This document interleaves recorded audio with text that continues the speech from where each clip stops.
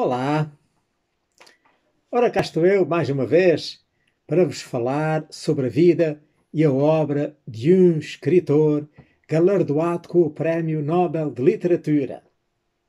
E hoje vamos falar de Giosuè Carducci. Giosuè Carducci, que é um poeta italiano, nascido em Val di Castello em 1835 e falecido em Bolonha em 1907, que foi agraciado com o Prémio Nobel de Literatura de 1906. Ora, então vamos falar de Carducci, poeta e homem de letras italiano, Giosuè Carducci, de nome completo Giosuè Alessandro Giuseppe Carducci. Nasceu a 27 de julho de 1835, numa localidade toscana, de nome Val di Castello, pertencente à comuna de Pietrasanta, na província de Lucca, a norte de Pisa. Era filho de um médico ateu e defensor ardente da União Italiana e membro da Carbonária. E foi educado para amar a pátria e os seus poetas, de acordo com os valores do pai. Em virtude das convicções políticas do seu pai, que lhe condenaram a vida a uma perpétua sucessão de perseguições e de exílios, o jovem Carducci deambulou um pouco por todo o território italiano, até que o pai se conseguisse por fim estabelecer em Florença, em 1849. Aí permaneceu durante 2 anos e aí começou a escrever, inspirado pelos românticos ingleses e alemães, em especial pelo Lord Byron e pelo Friedrich Schiller. Incapaz de manter um rumo na vida, o seu pai depois converteu-se ao catolicismo em 1851 e aceitou o cargo de médico de província numa pequena aldeia que se chamava Celle.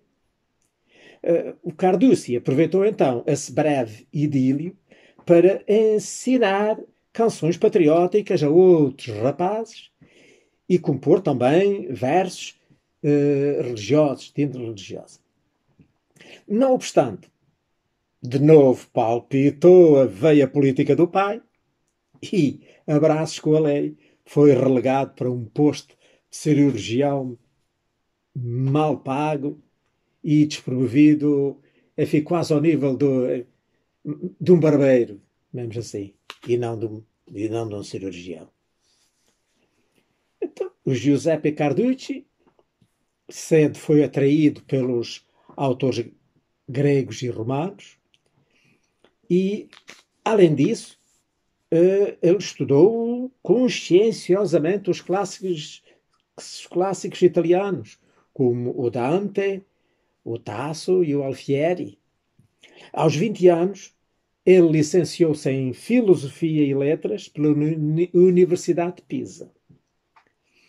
Foi nessa altura que a vida do pai, então, descambou muito e ele teve de procurar forma de se financiar para continuar os seus estudos, o que conseguiu fazer compilando uma antologia da poesia italiana, que chamou L'Arpa del Popolo, Celta di poemi religiosi, morali e patriottici, que é editada em 1855.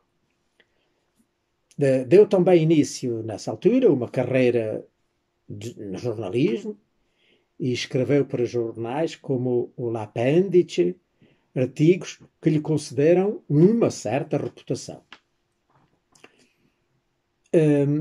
Pôde então continuar os seus estudos, com esses proveitos, e licenciou-se em Filosofia pela Universidade de Pisa e portanto, prosseguiu até se doutorar em 1856 pela Scuola Normale Superiore, começando depois a trabalhar como professor e tendo lecionado em várias escolas secundárias e tendo-se tornado bastante respeitado pelas suas cativantes aulas de grego clássico. O vislumbre da felicidade seria, no entanto, ensombrado pela melancolia, cultivada pelo suicídio do seu irmão e pela morte do pai, que então aconteceram. Revoltado com a injustiça do infortúnio, Carducci tornou-se um implacável nas suas críticas na imprensa, e isso veio a crescer ainda mais a sua fama de seriedade e de rigor. Depois então de alguns anos, né, como disse, de vida mais infeliz, ele conseguiu, em 1860, ser nomeado professor de literatura italiana na Universidade de Bolonha. Tinha ele, nessa altura, 25 anos. Né? 25 anos. Mas também a vida não lhe correu muito bem por lá no início. Foi suspenso 3 anos depois, em 1863. Correu, inclusive, o risco de vir a ser, em 1867, transferido para outra universidade, de ser expulso de lá, mas acabou por tudo se resolver, e ele ocupou a cátedra da literatura italiana e foi o catedrático na Universidade de Bolonha dessa cadeira até se reformar em 1904. Ora, portanto, como veio, acabou por ser então uma vida calma e sem problemas depois. Bem, o Carducci deixou uma obra marcada pelas suas preocupações políticas, alternadamente pró e contra a monarquia, e também por um inabalável enamoramento pelo seu país que ele ansiava ver unido. Porque naquele tempo, né, a Itália até aí estava dividida em repúblicas, né, muitas repúblicas, que depois acabaram por se unir e formar a Itália unida que nós conhecemos hoje. Embora ainda sobrassem uns pequenos estados por lá, não é? Que ainda hoje existem, pequenas cidades-estado. Ora, então o Josué Carducci foi considerado um grande pioneiro na inovação das estruturas formais da poesia italiana, inspirado tanto pelo próprio tempo, não é? Em que viveu, como pelo estudo dos poetas clássicos e italianos, ou gregos e italianos. Carducci começou a escrever poesia quando ainda era muito novinho, quase uma criança. Na juventude ele foi a figura central de um grupo de poetas que pretendia banir o romantismo para retornar à tradição clássica, tendência que ele manifestou em Rime, o seu primeiro livro, editado em 1857, portanto, onde ele procurou recuperar a maneira de escrever dos clássicos, de fazer poesia. Também depois, num outro livro que ele já depois publicou, já quando já estava a trabalhar, que era o Leve e a Grávia, que seria em português, digamos, leve e pesada, que publicou em 1868, revelou a mesma vontade de imitar os antigos, os clássicos, e aliada a uma forte tendência revolucionária que o acompanhou sempre ao longo da vida. A seguir, depois veio uma outra coletânea de poemas, que era o Hino a Satana, que em português seria o Hino a Satanás, de 1865, que Carducci considerou como um notório louvor a Satanás, ele próprio, e que esse livro é a expressão completa do seu livre pensamento e das ideias modernas, invenções e revoluções. Depois, a seguir, publicou Giambi e Depodi. Giambi e Depodi, que é os jâmbicos e epodos. Jâmbicos e epodos lá está, uma forma de construir poemas à maneira clássica. Os jâmbicos e os epodos eram duas espécies diferentes de poemas. Portanto, portanto, os Giambi e Depodi era uma coleção de poemas satíricos de natureza política e que expressam a indignação de Carducci para com muitos dos seus compatriotas. Depois, em 1873, publicou Nuove Poesie, nova poesia, novos poemas,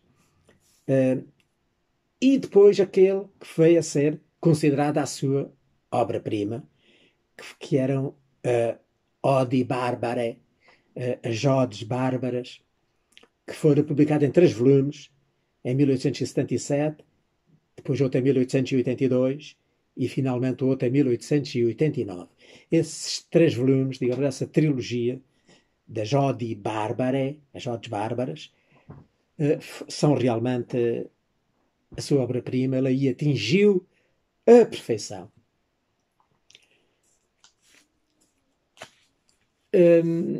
Pronto, apresentados as suas obras, quer dizer ainda que ele, além de poeta, foi também um notável historiador literário e um orador eminente. Ele conduziu pesquisas em todas as fases da literatura e expressou eloquentemente as suas descobertas em livros como os Studi Literati, que é os Estudos Literários, de 1874, outro, o Bozzetti Critici e Discorsi Literari, em português, Esboços Críticos e Discursos Literários, editado em 1876, e noutras obras. Estas, digamos, as principais. Depois, em 1906, o Carducci foi galardoado com o Prémio Nobel de Literatura.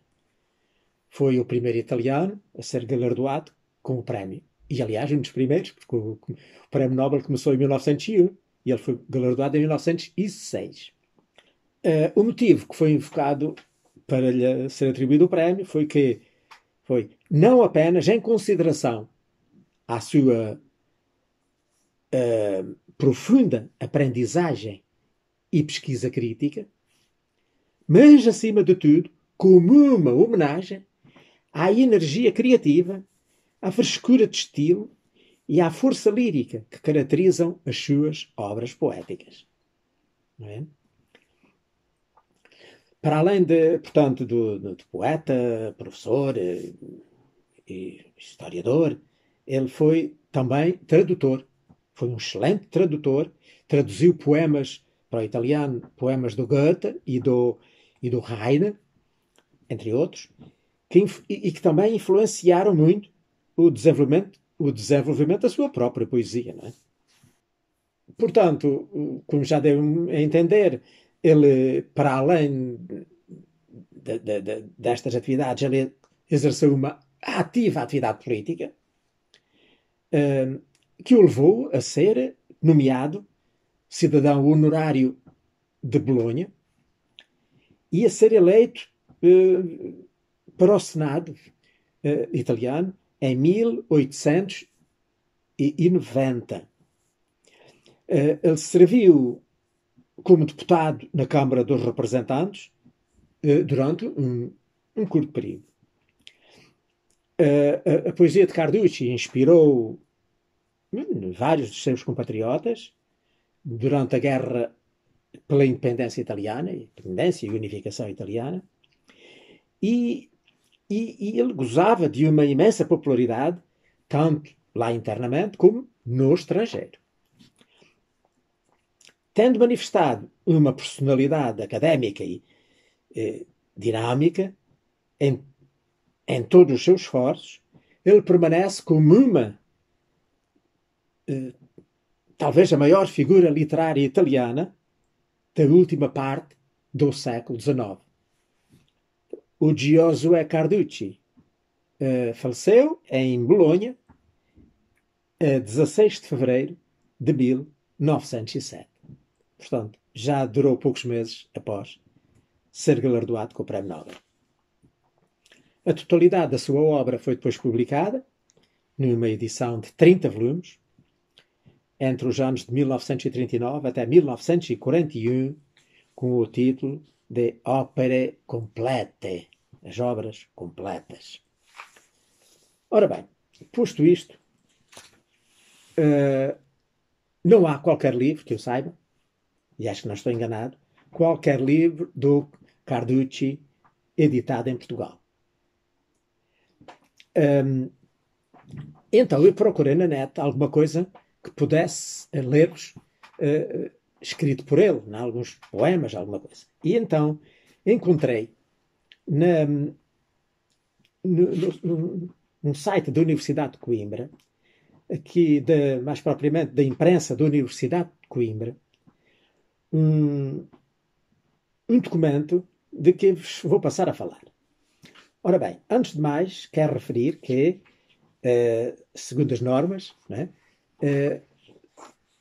tem que ser referido, sempre que se falar deste poema, que não, deste trabalho, que não pode ser usado para efeitos comerciais, tem que ser citado nomeadamente este URL, este link, onde se poderá consultar. Ora bem, neste documento da Universidade de Coimbra é o arquivo de uma revista, digamos assim, de uma revista do Instituto Italiano da Cultura de Lisboa, que é o número 3 da nova série, editada em 2008, do Instituto Italiano de Cultura de Lisboa, e que nessa revista, nesse número da revista, está publicado um artigo que fala de dois poemas do Giosuè Carducci, que foram traduzidos para português por um poeta português, também do fim do século XIX, princípios do século XX, que era o Rodrigo Solano. E então, neste artigo, diz-se a certa altura que o Rodrigo Solano publicou um livro, aliás, ele não publicou, o livro foi publicado póstumamente, após a sua morte, e que onde ele, para além de poemas dele, numa última parte do livro, há traduções dele de poetas diversos, entre os quais, como já disse, estão estes dois do Carducci. Então, esse livro do Solano, do Rodrigo Solano, editado póstumamente, como já disse, e com um prefácio de João Grave, chamava-se Fumo. E foi editado, segundo dizem aqui no artigo da revista, em 1915. Portanto, o Solano faleceu em 1910. E então, em 1915, saiu este livro, que era onde reunia trabalhos que ele foi publicando nos jornais do Porto, sobretudo no 1º de Janeiro, no Correio do Norte e no Diário Nacional. E então este livro foi, como já disse, trazia então estes dois poemas do Carducci, que agora vos vou então ler. Então, um deles, que este primeiro que vou ler-vos, foi tirado daquele primeiro livro dele, dos Rime. E o segundo é da tal obra-prima da Jode Bárbara. Então, eu vou ler o primeiro, que é um elogio a um animal muito útil ao homem, que vocês vão imediatamente reconhecer. Ao Boi, de Giosuè Carducci, traduzido por Rodrigo Solano. Amo-te, ó boi devoto, e um brando sentimento de vigor e de paz espalhas dentro de mim. Quer pesado e solene, igual a um monumento, fitos o campo em flor, verde, livre e sem fim, quer ao pesado jugo curvado e sem penas, prestes o teu auxílio ao homem diligente. E ele aguilhoa-te sem dó, e tu apenas respondes com volver o teu olhar paciente. Pela tua narina, em fume leve e fino, sai teu espírito. E, alegre como um hino, pelo ar sereno o teu mugir, lento, se perde. E em teu olhar, sereno e doce e glauco e grave, reflete-se, divino e macio e suave, da infinita campina, o amplo silêncio verde. Ora, não sei se se aperceberam, é um soneto. Agora então vou ler-vos da João de Barbary, como eu já vos disse, o tema Fantasia, de Carducci, como já disse, traduzido por Rodrigo Solano. É uma voz de mulher que fala. Falas. Na tua voz, ao suave e lento sopro, a nossa alma entrega-se rendida. E dessa fala, na onda cariciosa, navega a praia exótica. Rápida singra à luz do poente, risonha entre cerúleas soledades, voam gaivotas entre o mar e o céu, e as ilhas verdes passam.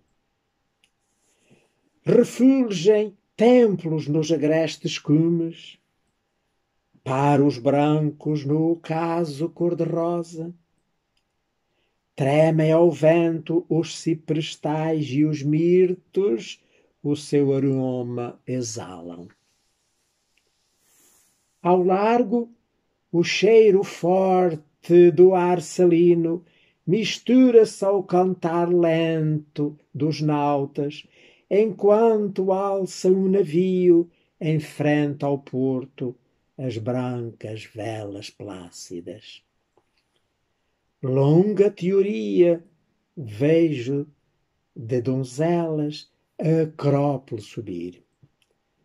Cândidos pétalos nos cabelos grinaldas e nas mãos levam ramos de loiro.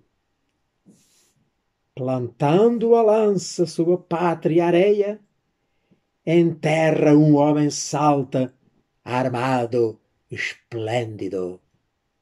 Será, acaso, Alceu, que às virgens lésbias oferece a vitória? Ora, só duas pequenas observações. Não sei se repararam nos cândidos pétalos. Portanto, há aqui várias palavras, não é, que um bocado difíceis para a atualidade, ou para quem não sabe muito de poesia, mas só queria falar dos pétalos. Os pétalos eram uns mantos compridos que usavam as damas gregas e romanas, devidamente enfeitados e bordados a ouro e as joias, portanto, muito compridos que elas usavam. E então aqui diz que elas subiam para, né, direitos ao monte com os seus pétalos vestidos. Não sei se repararam também que são quadras, mas que o último verso é mais curto do que os anteriores. Portanto, tudo isto é uma técnica clássica dos clássicos que ele tentou realmente imitar, recuperar e conservar e trazer para a moderna poesia. Se calhar não houve muitos que eu tenham seguido. E realmente foi talvez por isso que ele não foi muito seguido em Portugal, como aliás aí no artigo do Instituto de Estudos Italianos diz de facto isso, que ele foi quase esquecido cá em Portugal e noutros países, e o que é pena, porque a sua poesia é de facto maravilhosa e vale a pena ser lida. Para a semana, cá estarei com mais um autor galardoado com o Prémio Nobel da Literatura e espero que tenham gostado. E pronto, por aqui me fico. Passem muito bem.